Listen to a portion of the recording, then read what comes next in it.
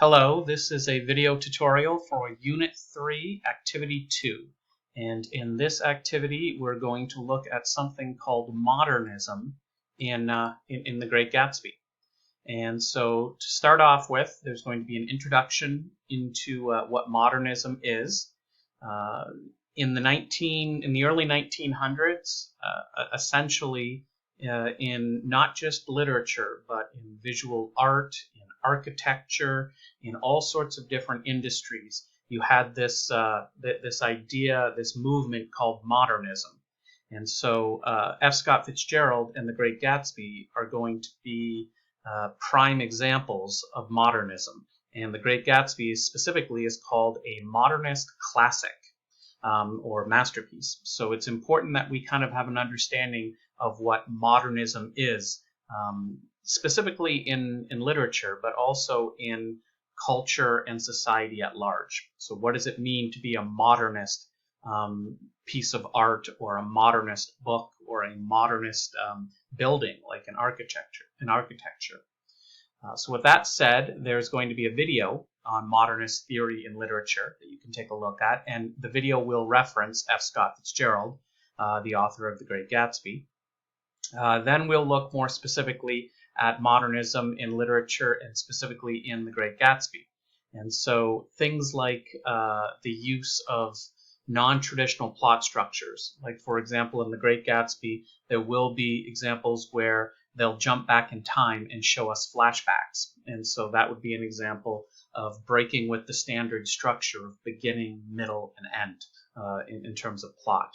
Also, there'll be uses of foreshadowing and symbolism.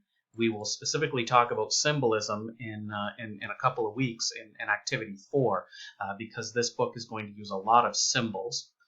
Specifically for this activity, we're going to focus on the idea of figurative language, which was very big in modernist literature. So the uses of similes and metaphors and personifications, and we're going to look a little deeper at figurative language here in a minute. Point of view. In a modernist story, it no longer became, the idea became that you didn't have to have a traditional narrator that was telling the story from a very detached, very non-biased point of view. If you look at The Great Gatsby, for example, and Nick, he's the one telling us the story. He's what we would call an unreliable first-person narrator. I don't know if you've picked up on this yet in the book, but Nick, we might not be able to trust everything he's saying. Also, in modernist stories, we had the idea that protagonists or main characters no longer had to be heroic, and they no longer had to be good guys. In our book, the protagonist is going to be Jay Gatsby, The Great Gatsby, and I think as you read throughout the book, you'll find that he's not your traditional hero. He might not always be truthful. He might not be selfless. He might do a lot of things for selfish reasons. He could be a liar, right? So when we're looking at modernist stories, we're looking at stories that aren't just about a good guy saving the day. Okay. Specifically, as I said, we're going to look at figurative language in this activity. So it's important that you know figurative language, and you've probably studied figurative language before in grade 9, 10, and 11 English. Whenever you read a novel or a story, you're always going to find examples of figurative language. And what we mean by figurative language is we need similes, metaphors, personifications, hyperboles. Those are probably the four simplest and most obvious ones. We're going to go a little deeper. We're going to look at some other ones like oxymorons and alliterations and onomatopoeias. So it's important that you kind of have an understanding of this figurative language here, and you can also download this handout here, which goes through a run-through of the figurative language that you would need to know in this unit. And if we take a quick look at that handout,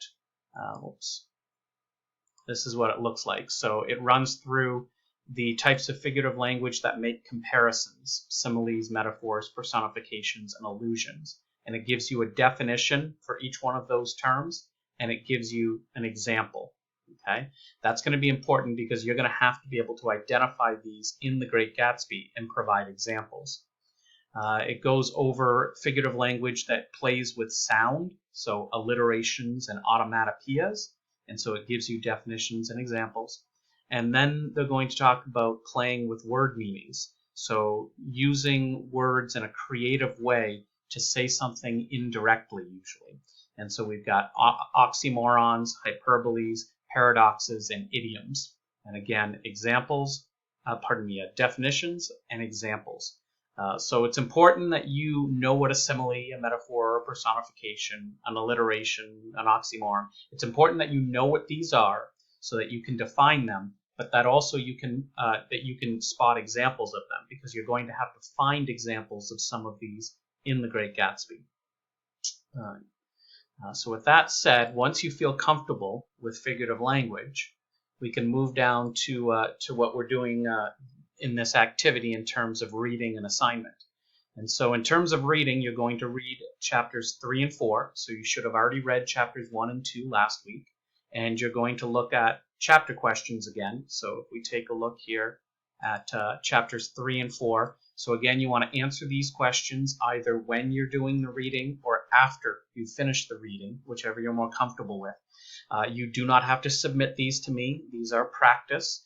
The idea is that you're making notes so that you understand the chapters, and that when we get to the ending of the unit, you feel comfortable that you understood the book. So you're essentially making your own notes by doing these chapter questions. All right, so once you're done reading chapters 3 and 4 and answered the chapter questions, we can move on to the assignment. And the assignment for this unit is called The Great Gatsby and Modernism. So you're going to download this assignment right here, and it's going to be broken up into two parts, Part A and Part B. Part A is going to be a chart you're going to fill out, and Part B, you're going to answer a question. And so if we take a look here, here's our assignment here. And so Part A, like I said, is a chart called Figurative Language Chart. So what you're going to do is provide direct quotations which contain figurative language from chapters 1 through 4 of the novel, and briefly explain the figurative language in each quote. So a direct quote and an example and an explanation for a metaphor has already been completed for you. So you'll see right here, metaphor is the term we're looking for in this row, and I've provided an example. My house was an eyesore, and that is Nick comparing two unlike things, which is what a metaphor is, his house and an eyesore. So I've provided you the answer for metaphor. You don't have to do anything else for metaphor. But what you need to do is find a quote. Hopefully it's one sentence. You don't need to use a whole paragraph, but a one-sentence quote for simile, personification, hyperbole, alliteration, allusion, and automatopoeia in the first 4 chapters. I don't want you going beyond the first 4 chapters.